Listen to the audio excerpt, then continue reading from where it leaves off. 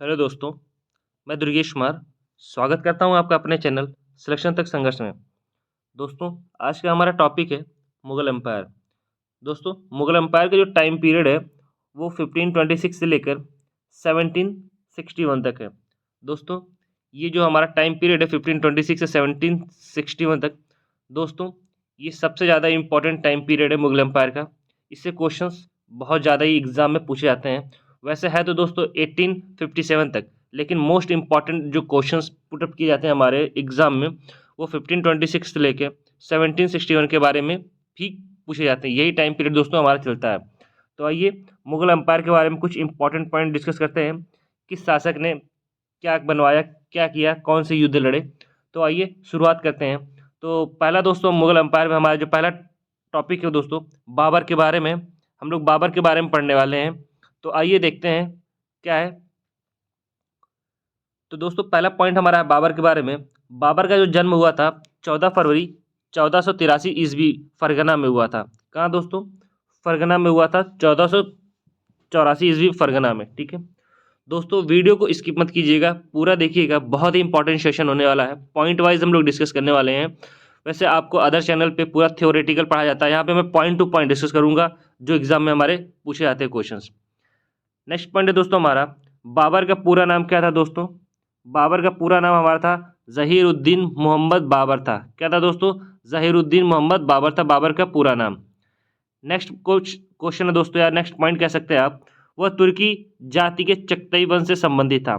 किस वंश से संबंध था दोस्तों? चगताई वंश से संबंधित था। कौन दोस्तों? बाबर। नेक्स्ट दोस्तों, बाबर को तैमूर लंका परपोता कहा जाता है। किसका परपोता दोस्तों? तैमूर लंका परपोता कहा जाता है। ठीक है दोस्तों, बाबर को दोस्तों चंगेज खान का वंशज भी कहा जाता है। ठीक है दोस्तों, किसका वंशज कहा जाता है दोस्तों? चंगेज खान का वंशज भी कहा जाता है। नेक्स्ट पॉइंट है दोस्तों, बाबर मुगल साम्राज्य का प्रथम शासक था जिसने भारत में मुगल साम्राज्य की स्थापना की। ठीक है, तो दोस्तों बाबर ही वह शासक था जो मुगल साम्राज्य की स्थापना की थी भारत में। ठीक है, नेक्स्ट पॉइंट है दोस्तों हमारा, बाबर ने 1526 में पानीपत के प्रथम युद्ध में दिल्ली सल्तनत के अंतिम वंश लोधी वंश के सुल्तान इब्राहिम लोधी को हराकर भारत में मुगल वंश की स्थापना की। तो दोस्तों बहुत ही इंपॉर्टेंट पॉइंट है दोस्तों, एग्जाम पर्पज से पूछा जाता है पानीपत का प्रथम युद्ध कब हुआ था, तो आप कहेंगे 1526 में पानीपत का प्रथम युद्ध हुआ था। ठीक है दोस्तों, ये भी क्वेश्चन आता है कि पानीपत के प्रथम युद्ध में बाबर ने किसे पराजित किया था, तो इब्राहिम लोधी को पराजित किया था जो कि लोधी वंश का ही सुल्तान था। नेक्स्ट क्वेश्चन दोस्तों हमारा, इस युद्ध में प्रथम बार तोपखाने का प्रयोग हुआ था। भारत में पहली बार तोपों का प्रयोग बाबर ने शुरू किया।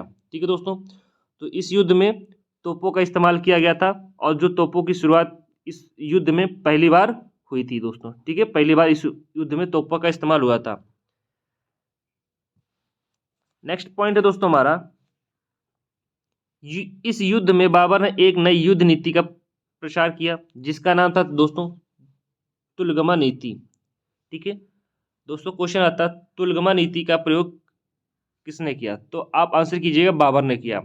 ठीक है, जो उसने मध्य एशिया की एक उजेबक नामक जनजाति से सीखी थी और उसका प्रयोग उसने भारत में किया। ठीक है दोस्तों, जो तुलगमा नीति है दोस्तों उसने मध्य एशिया की एक जनजाति थी उजेबक, ठीक है, इससे सीखी थी।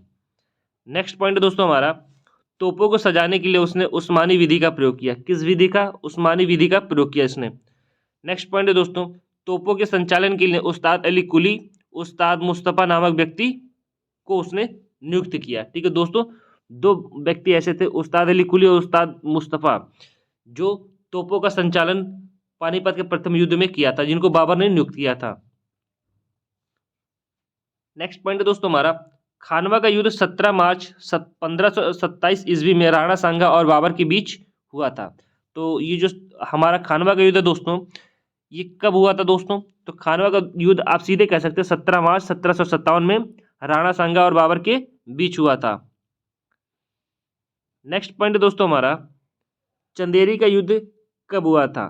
तो आप कह सकते हैं चंदेरी का युद्ध दोस्तों 29 मार्च 1528 में मेदिनी राय और बाबर के बीच हुआ था। किसके बीच दोस्तों? मेदिनी राय और बाबर के बीच चंदेरी का युद्ध हुआ था जिसमें बाबर की जीत हुई थी दोस्तों।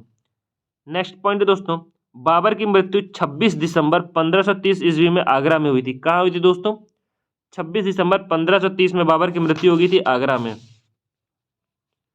नेक्स्ट पॉइंट है दोस्तों हमारा, बाबर ने अपनी आत्मकथा लिखी जिसका नाम तुजुक ए बाबरी था। क्या था दोस्तों? बहुत ही इंपॉर्टेंट क्वेश्चन दोस्तों, तुजुक ए बाबरी। बाबर वो पहला ऐसा शासक था दोस्तों जिसने अपनी आत्मकथा खुद लिखी थी, जिसको तुजुक ए बाबरी कहते हैं। और ये दोस्तों इसे बाबरनामा के भी नाम से जाना जाता है। ठीक है दोस्तों, बाबरनामा के भी नाम से जाना जाता है।